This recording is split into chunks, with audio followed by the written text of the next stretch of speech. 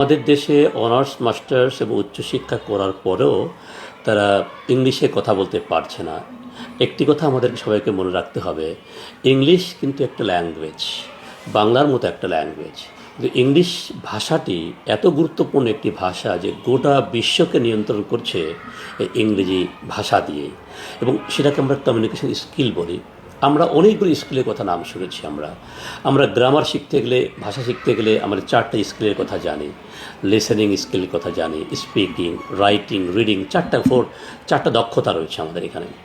এই চারটি দক্ষতা আমাদের শিক্ষা প্রতিষ্ঠানগুলোতে সত্যিকার অর্থে যে শিক্ষা ধারা বা শিক্ষা ব্যবস্থা রয়েছে সেখানে স্কিলসের উপরে কিন্তু গুরুত্ব দেওয়া হয় না।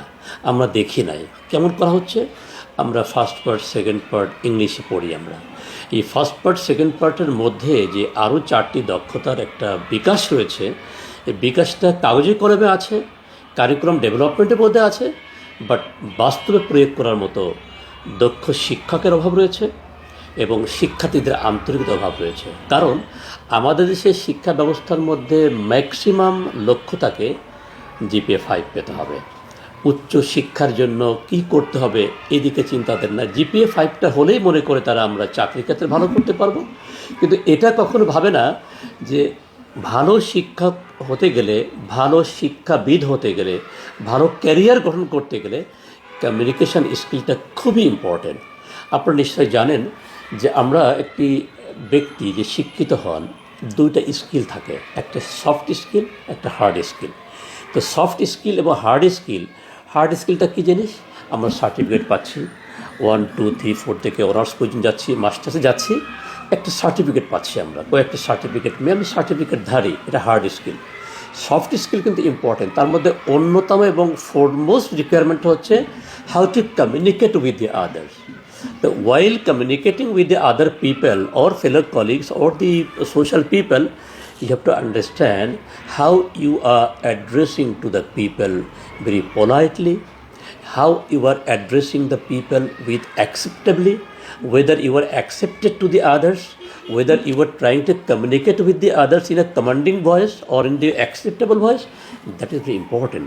So এই জায়গাটা আমরা দেখেছি স্কুল কলেজ, বিশেষ করে স্কুলের ক্ষেত্রে বলি যে আমাদের বর্তমানে যে কোশ্চেন প্যাটার্ন রয়েছে এবং যে কোশ্চেন প্রণয়ন পদ্ধতি রয়েছে, তার মধ্যে কিন্তু আমরা দেখেছি যে ইংরেজির গুরুত্ব দেওয়ার জন্য শুধুমাত্র গত বাঁধা কিছু কোশ্চেন করছে, ক্রিয়েটিভ প্যাটার্নের কোশ্চেন করছে, কিন্তু how to create the questions answer, that is not taught. What are they doing?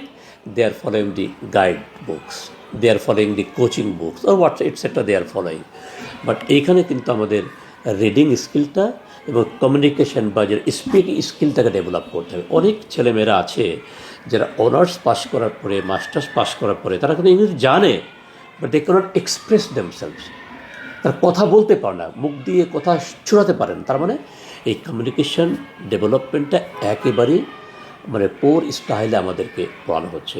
আরেকটি বাধা আমরা দেখেছি যে আমাদের শিক্ষকতা করেন যারা, ম্যাক্সিমাম স্কুলে, বিশেষ করে আমাদের গ্রামগঞ্জের কথা বলি, ম্যাক্সিমাম স্কুলে আপনি দেখতে পাবেন যে ক্লাসরুমের ক্যাপাসিটি হচ্ছে 30 জন, নিচ্ছে 80 জন। এখন একটা ক্লাসে বা একটা স্কুলে ইংলিশ টিচারের অনুমোদন রয়েছে মাত্র 2 জনের। সেখানে সেকশন করেছে 3টা, 4টা, 5টা, এবং প্রত্যেকটা সেকশনে 80 জন, 90 জন, 50 জন স্টুডেন্ট রয়েছে। তারা কী করছে? যেহেতু টিচার নেওয়ার অনুমোদন রয়েছে 2টা, ওরা 4-5 জন টিচার নিচ্ছে। কী হবে?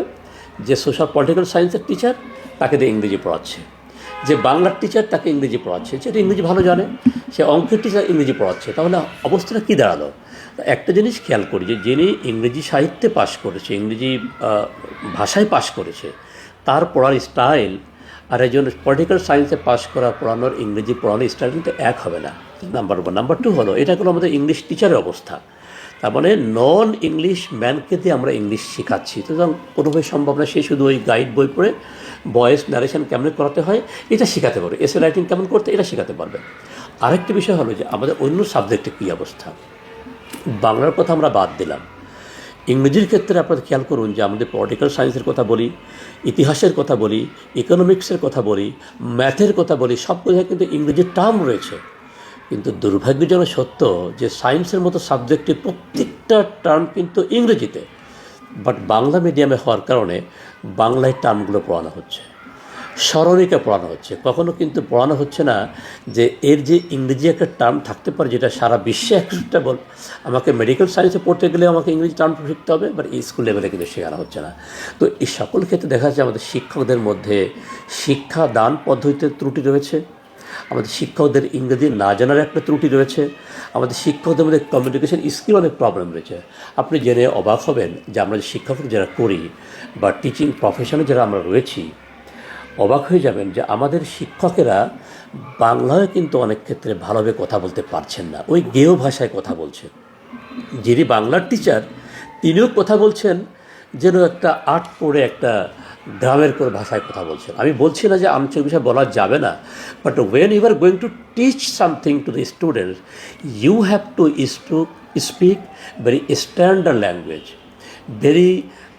very lucid language. You have to use the very standard words, then they can learn how to communicate with the others.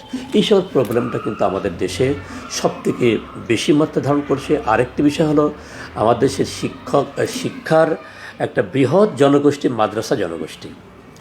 মাদ্রাসা জনগোষ্ঠীতে আরও দেখা যায় সেখানে ইংরেজির অবস্থা আরও করুণ। তারা আরবি শিখতে যাচ্ছে, হাদিস কোরআন শিখছে, বাংলা শিখছে, ইংরেজি শিখছে, সব কিছু শিখতে গিয়ে কোনোটা ঠিকমতো শিখতে পারছে না। ফলে কি হচ্ছে, তারা কিন্তু সমাজের আরও বোঝা হচ্ছে। তারা মানব সম্পদ না হয়ে মানবের একটা বোঝা হিসেবে তারা দায়িত্ব নিচ্ছে। আরেকটি যে কী আছে, টেকনিক্যাল এডুকেশন।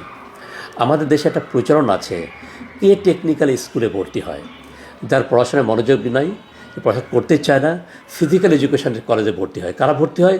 পড়াশোনা করতে চায় না, মনোযোগ নাই। তার মানে সেই সকল ছেলে যখন টেকনিক্যাল বা কারিগরি স্কুলে যাচ্ছে বা ফিজিক্যাল এডুকেশন যাচ্ছে, সেখানে কিন্তু ইংরেজি চর্চা হচ্ছে না। তার মানে আমাদের শিক্ষার একটা বৃহৎ জনগোষ্ঠীর মধ্যে রয়েছে যেখানে তারা ইংরেজি শিক্ষার পরিবেশটাই পাচ্ছে না। ফলে কি হচ্ছে, আমাদের দেশে দেখুন ম্যাক্সিমাম মাস্টার্স পাশ করে গিয়ে, অনার্স পাশ করে গিয়ে বিদেশে গিয়ে রোড ঝাড় দিচ্ছে, হোটেলে কাজ করছে, থালা বাসন পরিষ্কার করছে। Is it the condition of the education?